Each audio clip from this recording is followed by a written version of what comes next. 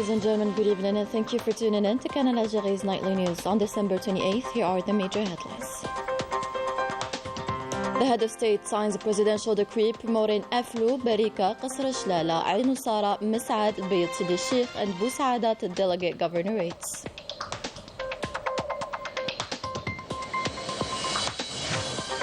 Prime Minister Nadil Arbawi pays a working visit to Tindouf devoted to the complementary development program decided by the President of the Republic to the benefit of this province.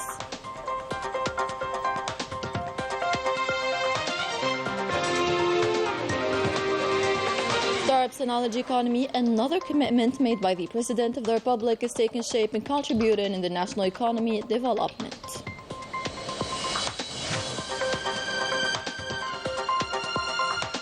Palestinians keep defying the Zionist war machinery, targeting even historic monuments to uproot their identity going back to early ages of humanity. And the Algerian television obtains the rights of airing 17 games of the upcoming African Cup of Nations tournament on the national TV channel.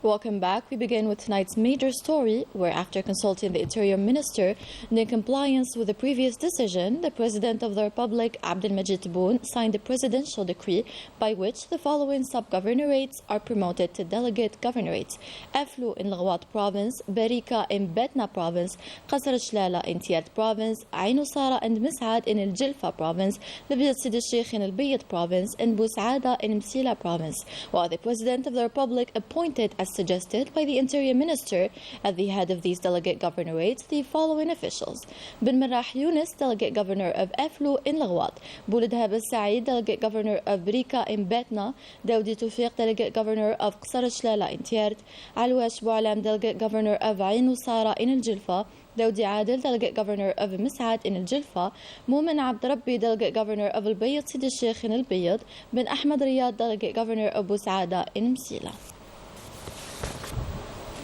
In other developments, the Prime Minister Nadil Arbawi, accompanied by a ministerial delegation, carried out a working visit to the province of Tindouf within the framework of the complementary development program decided by the President of the Republic. The roundup of this visit with Melissa Kepesh.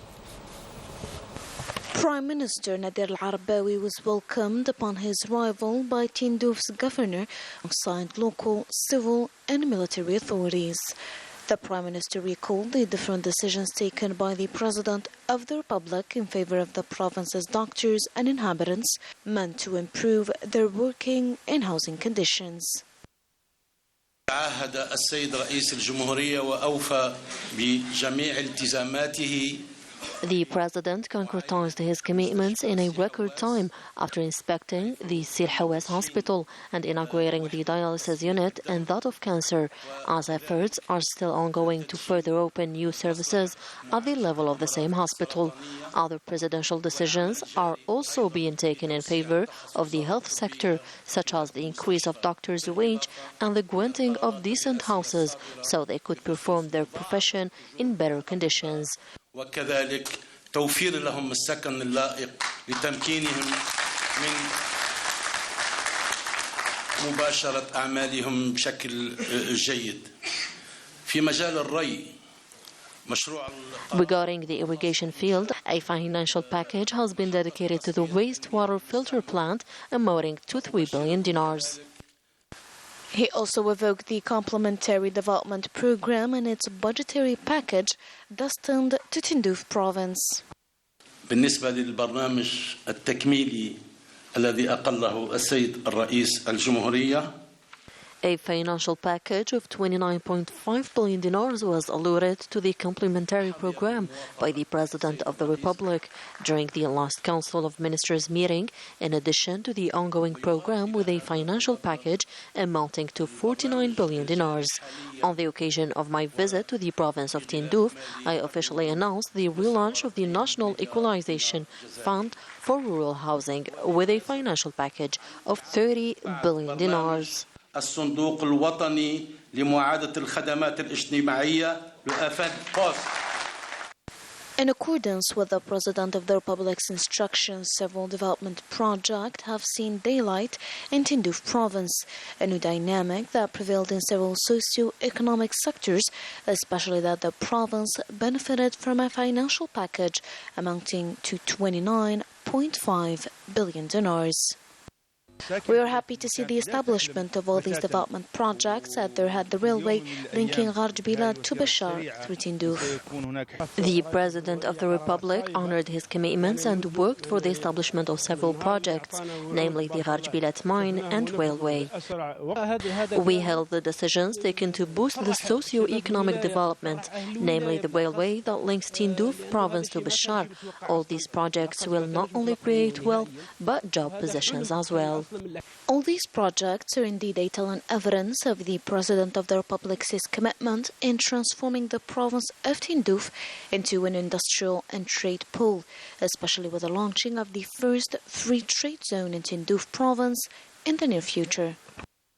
The province of Tindouf, like many provinces, is called upon to become a real economic, industrial and trade pool, a first in Algeria since its independence. We thank God today this project is no longer a dream but reality. During his stopover, the Prime Minister indicated the launching of the works of the railway of Gharj that will be linked to the railway Bashar-Oran over a distance of 950 kilometers.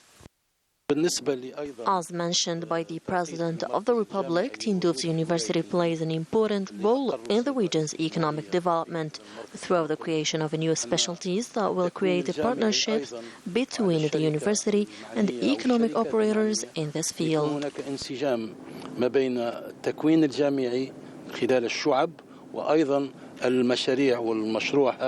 A far-sighted vision established by the country's high authorities with the aim of developing and boosting the national economy. Algeria, which ranked among the last countries in the continent in terms of startup creation, has become a leading country.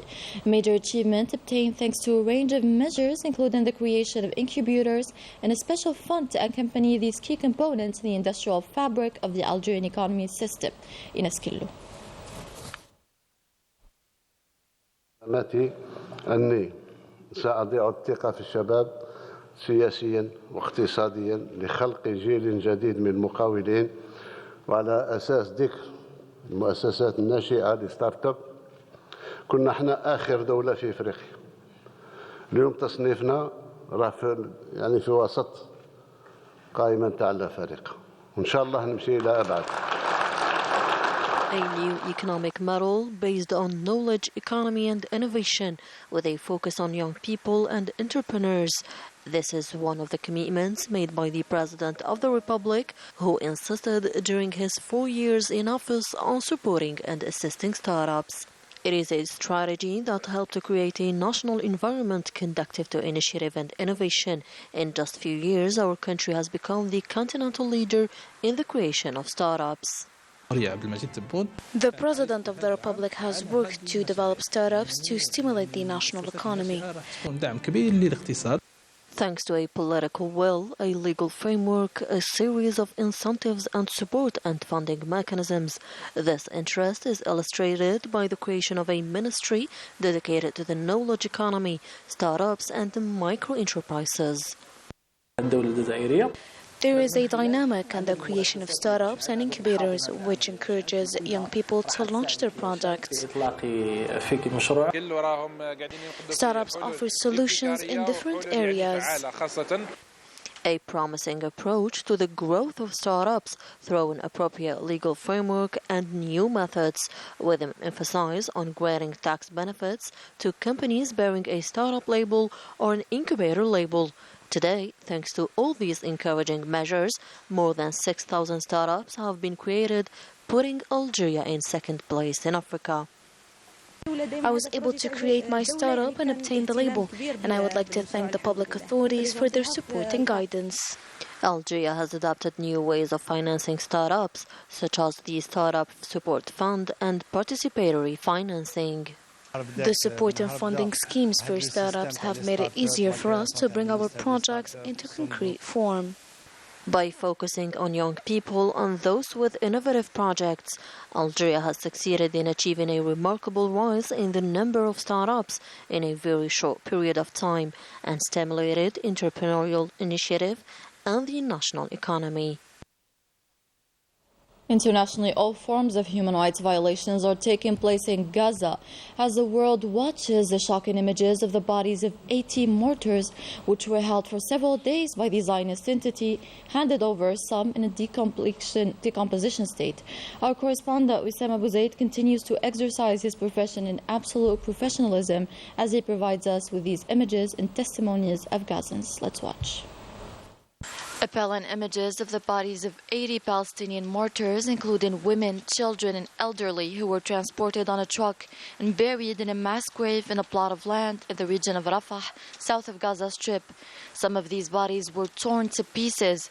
The remains were held for several days by the Zionist entity, professedly to search for its missing soldiers in Gaza.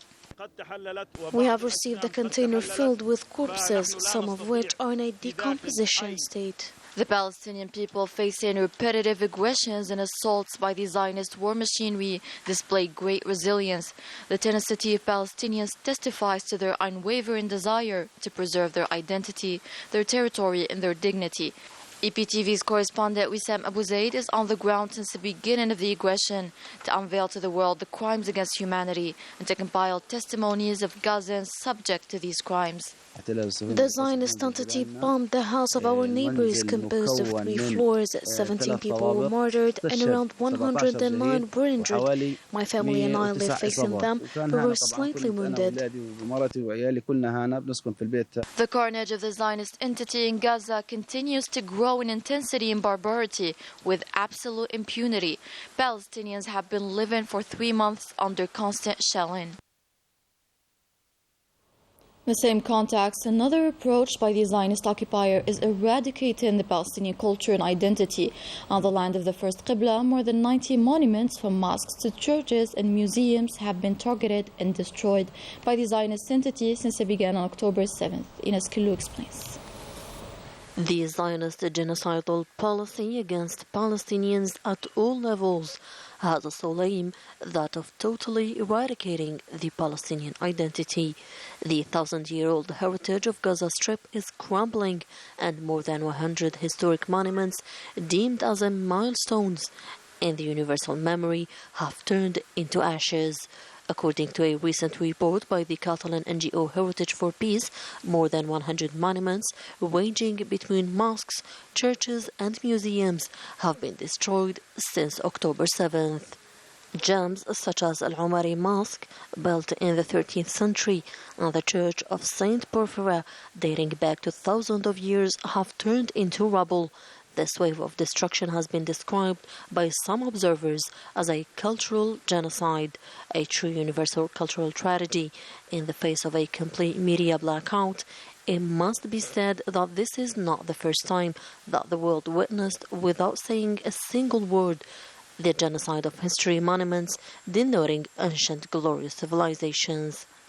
In 2003, following the invasion of Iraq by the American forces, the Babylonian heritage was devastated by looting, symbolized by the spectacular theft of 5,000 archaeological pieces from the Iraqi National Museum in Baghdad, including 5,000 priceless cylinder seals. On the other hand, in 2001, the destruction of the Buddhas in Afghanistan by the Taliban aroused a worldwide indignation, whereas today, centuries of history are disappearing while the international community seems too indifferent.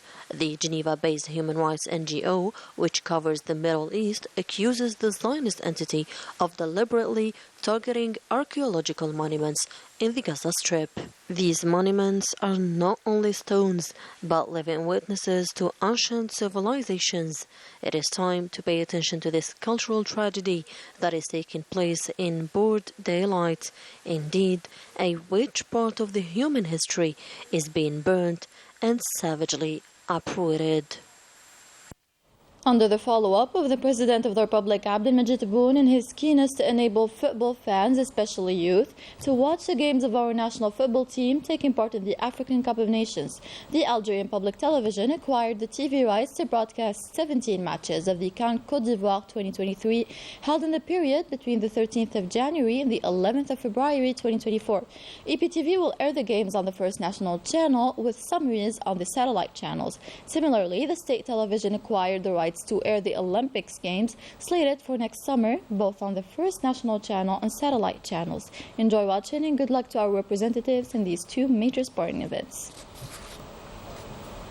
We remain with sports now, where CR Belouizdad defeated CS Constantine with 2-1 in the opener of the 11th week of the National Football Championship held today at the 5th of July Olympic Stadium here in Algiers. The goals of CRB were scored by Wamba, while that of CSC was scored by Khaldi.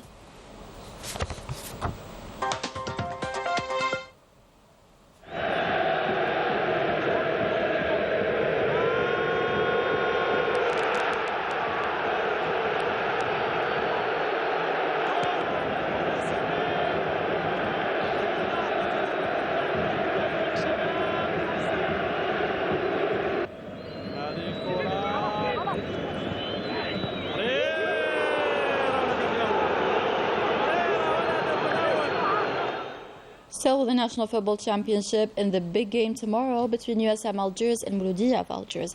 A hot derby that is expected to draw thousands of fans representing the two prestigious clubs of the capital. The match will be held at the 5th of July Olympic Stadium here in Algiers, starting 6 p.m. sharp. The show is taken for granted due to the presence of a host of talented players. Wish that fair play will prevail. Good luck for the two teams.